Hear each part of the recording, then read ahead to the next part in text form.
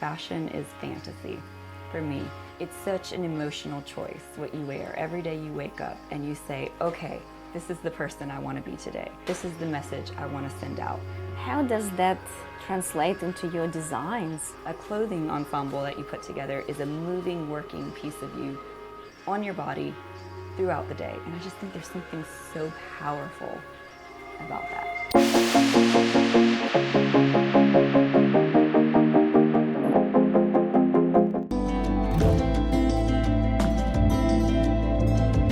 Hi, I'm Elina Reddy and welcome to Foreign Influence.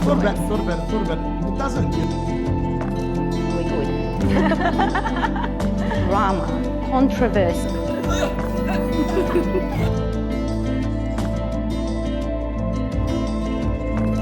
So she was the driver for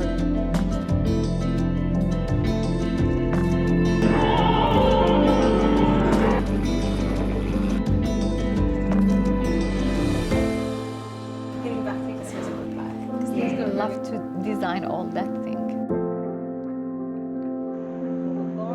People who trusted me with sharing their stories.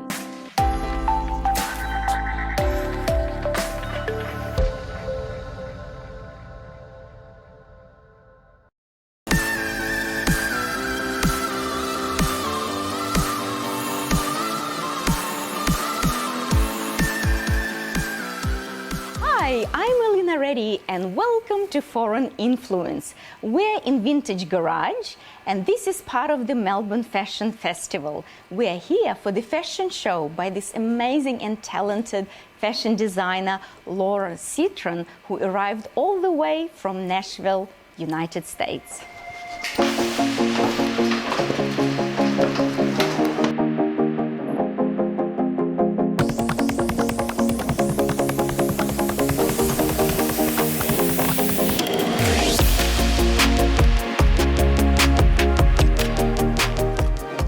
Welcome to Foreign Influence and welcome to Australia. Thank you so much. I'm still pinching myself. I can't believe I'm here, having the best time. Melbourne Fashion Week.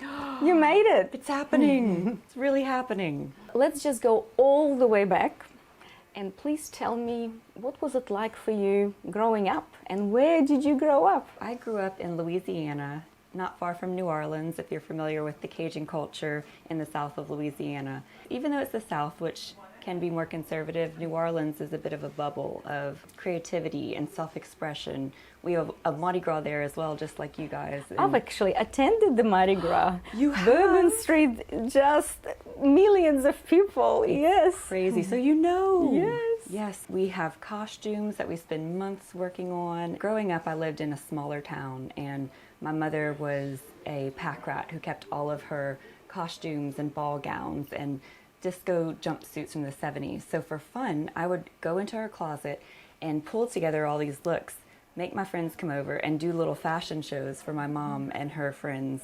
Bless them, they had to deal with me.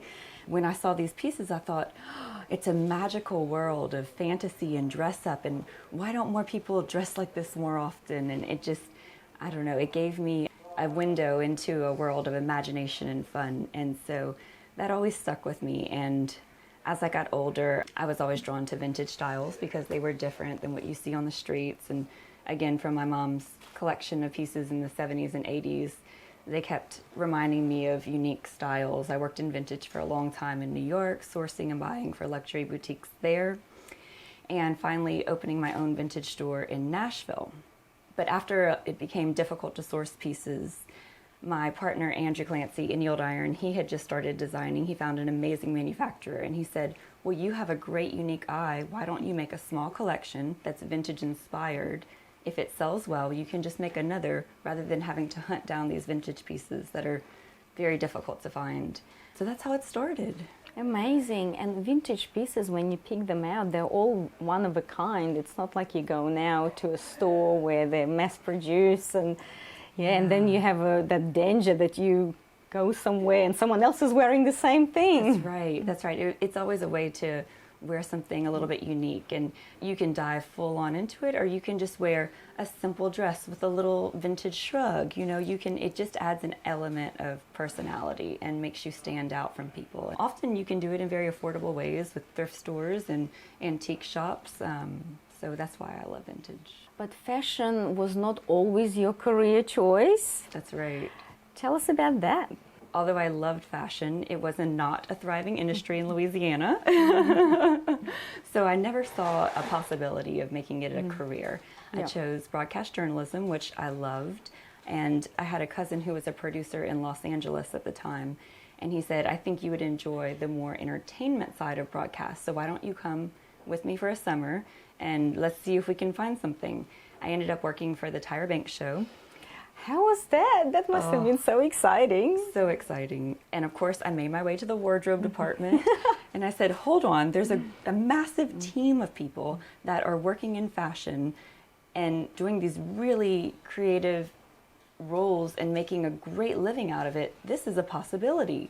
So as soon as the summer was over, I went back home to finish my career, my studies, and of course, knowing that all of this existed and was a possibility, I couldn't go back. Yeah. So I ended up looking for fashion schools immediately, applied to the Fashion Institute of Technology in New York, got in, and Incredible. didn't know anyone, literally took the biggest risk of my life and just jumped into that crazy mad city.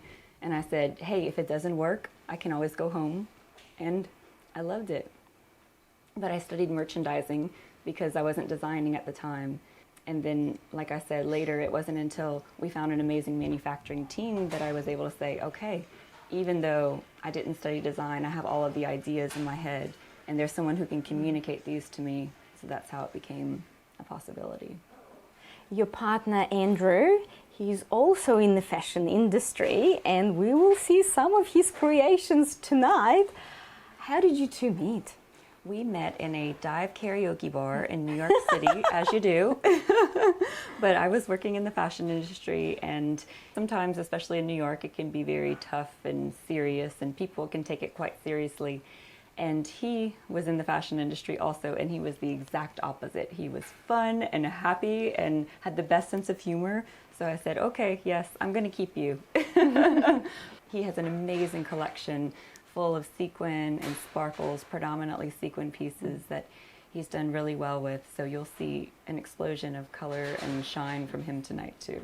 How do you feel that your fashion style differs to his fashion style? Do you feel like both of you complement one another or compete with one another? Right, right. How does it work, right? Yes. I know for some people it sounds crazy that you could be in a relationship with someone and you both are fashion designers, but in our case it really helps because we love it so much. It's like our language doesn't have to stop at work. It can continue when we are home, and we never have to stop and start, and it's just a constant fluid conversation of, do you think this works? Can you help me with that? Second eye on this one. And I do think that we subconsciously influence each other. Yeah. We both are peacocks for sure, so we both love sparkles and color in general, but we like to say that he's a little bit more rock and roll and I'm a little bit more disco, if that makes sense. Yes, I love that. I Yeah. love that. So he's a little edgier and I'm a little more feminine, but similar but different. Where do you find your inspiration? Like I said, it really goes back to those early days of my mother's disco dresses and Mardi Gras gowns, and she had these gorgeous coffee table books of old Hollywood actresses, and to me it was so glamorous and so inspirational, and again, a world that you don't see every day growing up in a little town in Louisiana. So I always wanted to create that glamorous world, and maybe for someone like me, someone that doesn't immediately have access to that or lives a more mundane life, has a tedious 9-to-5 job, but after that she can slip into something sparkly and fun, go out and have a drink, and she immediately feels empowered and feels like she is in a fantasy of herself. Transformed. Transformed. That's right. That's my goal.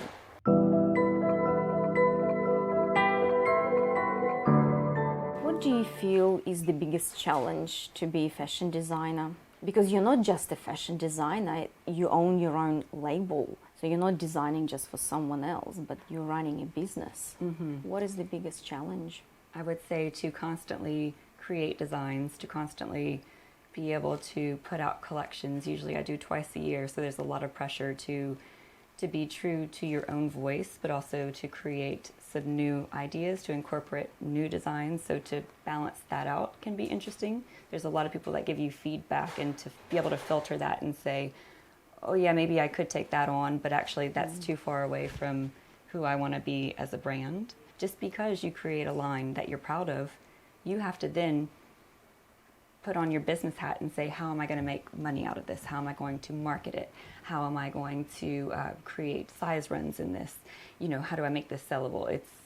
It's one thing just to be a creative or an artist, but it's a whole different thing. Yeah, to be an entrepreneur. Yes. Yeah. And that's one thing that I think they don't necessarily teach you. They teach you how to design or how to be creative, but the business side of it is definitely just as important. Tell us about your design on the cover of Vogue magazine. Oh, I was so excited about that. It was they call him a modern Elton John. His name's Jake Wesley. The stylist came in and said, I'm doing a photo shoot for him, so I was thrilled about that. But even though they do a shoot, you're never guaranteed that anything will be printed or even put online, so you don't ever get your hopes up. And never heard anything back for months, and all of a sudden I get an email saying, here's a link to your pieces that are in Vogue. And as a designer, you can imagine. What a highlight, it's yes. just every designer's dream come true. So. Absolutely. Well, congratulations. Thank you. Thank you so much. So you have arrived in Melbourne for the Melbourne Fashion Festival. How did you transport all your collection? That's the question on everyone's mind. We looked at a few options. We looked at checking many bags versus shipping them, and it actually worked out a lot cheaper to ship most of the collection here, believe it or not. We came with 3 large bags and then shipped 3 large boxes, so it was still no small feat. But worth it. What is the process picking out the models? So what I love about this show is that it's different than your normal traditional shows because we've teamed up with Vintage Garage. They are super eclectic, and they are on the pulse of what I think is, you know, this incredible creative community in Melbourne. So they have access to models that we would not have known about. Some of them are just local personalities, people with really interesting style. I would say more non-traditional models, which is exciting because I think the fashion world has come under a lot of criticism for having models that look exactly the same way. So it's nice to see, it's so refreshing to see people incorporating. From the community. Yes, from the local community. There's these 2 fabulous older women. They are TikTok celebrities. They are influencers. Yes. And known for their eclectic style and celebrating it all around Melbourne. So they're in the show together. They'll be walking together down the runway. There's another gorgeous plus-size model. She has over 1 million followers on Instagram. Her name's Stefania.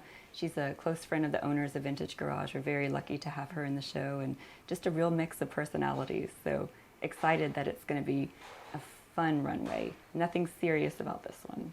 And just going back to Tennessee, when you moved from New York to Nashville, so in Nashville, what I imagine, there is a mixture of very diverse fashion, and also country music is very popular there.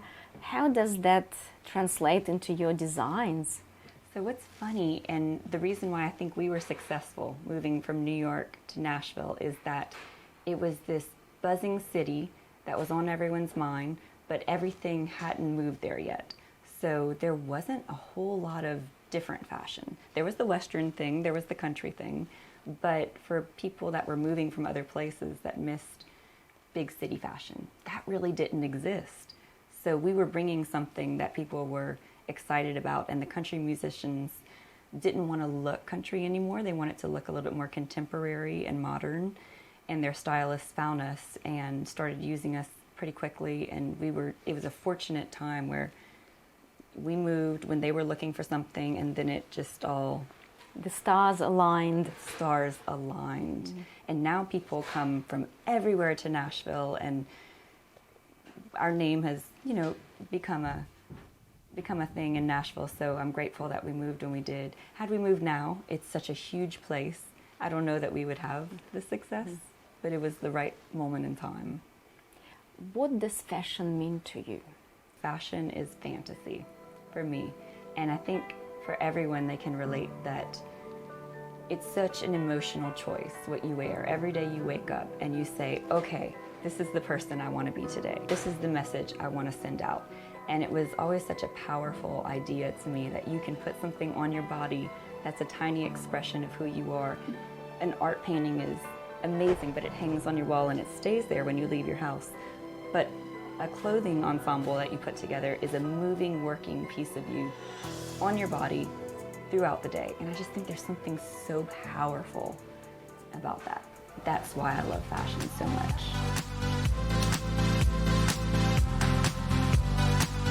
Laura, is there a particular piece that you find the most meaningful for you?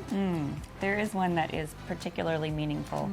So I always try to do inclusive runways when I can, involving people of all abilities, sizes, ages, shapes. That's really important to me.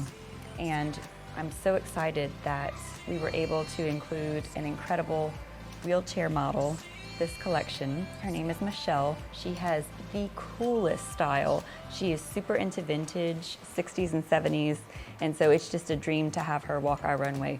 But she's gonna be wearing this dress here with the matching coat, and just wait for the accessories. You're going to lose your mind. So Vintage Garage has provided these incredible pieces. She has this gorgeous heart hat, these sunnies, and her boots. Oh, they're here. I'll hold this. Yeah. Thank you. These are the boots she's going to be rocking with the matching hearts. Can you even handle it? This is absolutely incredible. Fun and meaningful, and that's so important to me. This is gorgeous how it all came together. Collaboration, you could say. Yeah. It really is. And you know what's cool is Vintage Garage has an incredible stylist named Val, who has been taking every piece of clothing, and I call him a magician. He just goes to town with the accessories, and he's even creating wigs. So the final product, we're not going to fully give it away to you guys. You have to tune in. It's incredible. And makes you see your clothes as a designer in a different way too. There is so much that goes into organizing a fashion parade. Yes. So is this the catwalk? We are on the catwalk. We're on the catwalk, the famous Vintage Garage David Bowie lightning bolt catwalk.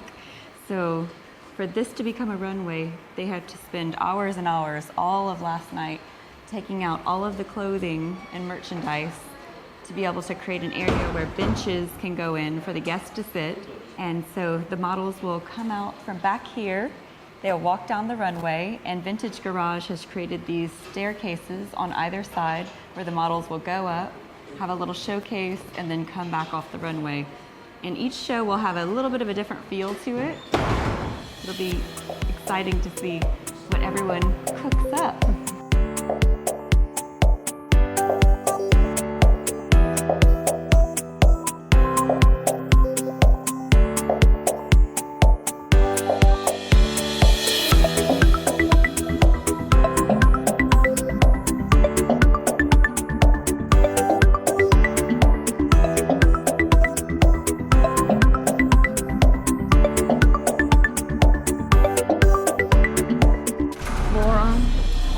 Industry is extremely competitive. How does it work? Are the designers supportive of one another, or the claws are out? Well, you know, it's sort of a mix of all of those things. When I was in New York, it's definitely more competitive there. But that's another thing I love about Nashville, is that it's a really loving community that embraces each other, and we help each other out. We realize that what's good for one designer having fashion in Nashville is just going to boost the exposure of fashion in Nashville, so we really work together, believe it or not. It's a special environment in that way.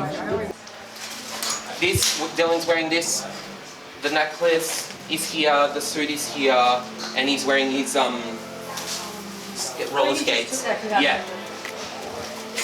Wonderful. Stefania's wearing this one, so she's actually got the bodysuit on at the moment. Yeah, so the first designer that's actually going is...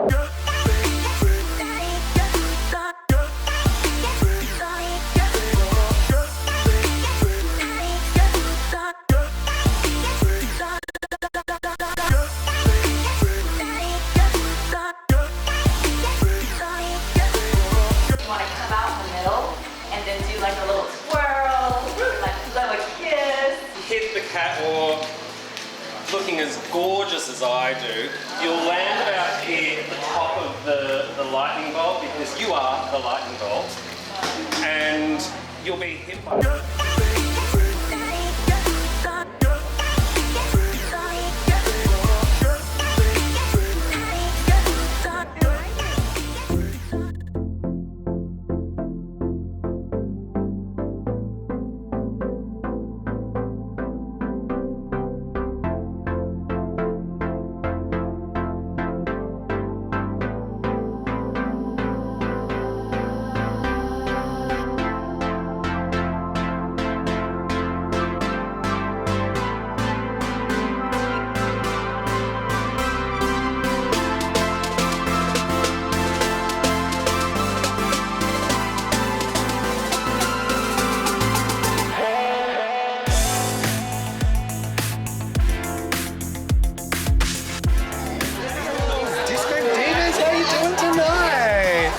God, it is exciting to be in the house. Are you ready to sweat? Are you ready to get lucky? All right, whoever is dressed, can we get them towards there? Guys, whoever is dressed, can we get you towards there a little bit more? Yes, Davis, you heard her. We won't be saying that twice. No.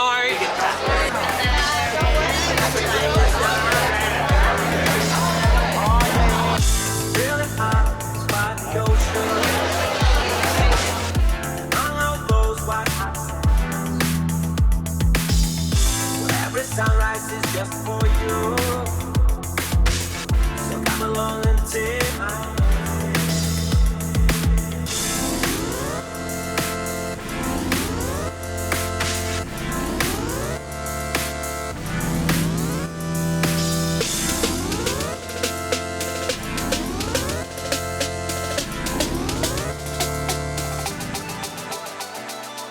One of these lands always was, always will be. Yes.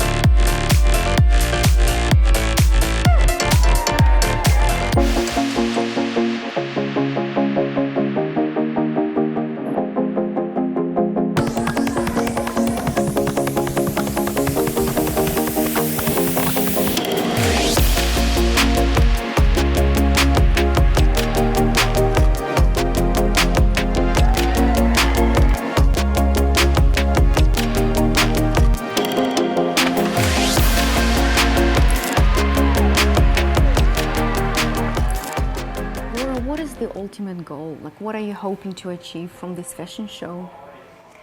You know, really for me, it's about people and connections and relationships, and to be able to connect with a group of like-minded creatives in another country is just so exciting to me. I feel like we found our home in Australia with Vintage Garage and with Melbourne Fashion Festival. And the way that I create is I typically make one sample of everything, and I buy extra fabric to make maybe 3 or 4 custom items to measure. So the fashion industry obviously has a notorious reputation for waste, and I try to combat that with just making enough of what the customer wants. And if they want more, I can buy more fabric. But it's about creating limited edition pieces with a lot of love and a lot of thought.